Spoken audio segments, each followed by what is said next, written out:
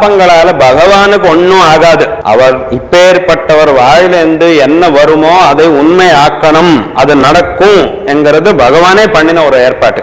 அதனால அது பகவானா இருந்தாலும் அதை பண்ணிதான் ஆகணும். அதனால்தான் பகவான் அந்த ஒரு சாபம் அப்பவே இருந்தாலும் அது பகவான் எந்த சமயத்துல உபயோகம் பண்ணிருக்கார் அப்படின்னு கேட்டா இந்த ராமாவதாரத்துல உபயோகம் பண்ணிருக்கார்.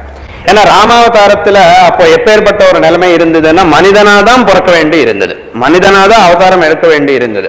ஏன்னா ராவணனுக்கு அப்பேற்பட்ட ஒரு வரம் இருந்தது. ராவணன் என்ன பண்ணா, கடினமான ஒரு தவம் பண்ணிருக்கான். ராட்சசர்களாலையும் தேவதைகளாலையும் யார்கிட்ட எனக்கு இந்த சாவே வரக்கூடாது, எனக்கு இந்த முத்தியே வரக்கூடாது அப்படின்னு கேட்டான். இந்த மாதிரி கேட்கிற போது அவனை மனிதர்களை விட்டுட்டான். எனக்கு ஒன்றும் ஆகக்கூடாது அப்படின்னு கேட்டா அதுக்கு எனக்கே ஒரு அவமானம் அப்படின்னு கேட்டுக்கிறது. வதம் பண்ணணும்னா எந்த ரூபத்திலையும் போய் அவனை வதம் பண்ண முடியாது, மனிதனா போய் தான் அவனோட வதம் பண்ண முடியும். வரம் கொடுத்தா அவன் எல்லோருக்கும் தொந்தரவு பண்ணுவானுங்கிறது தெரியும், ஆனாலும் தவம் பண்ணிருக்கானே.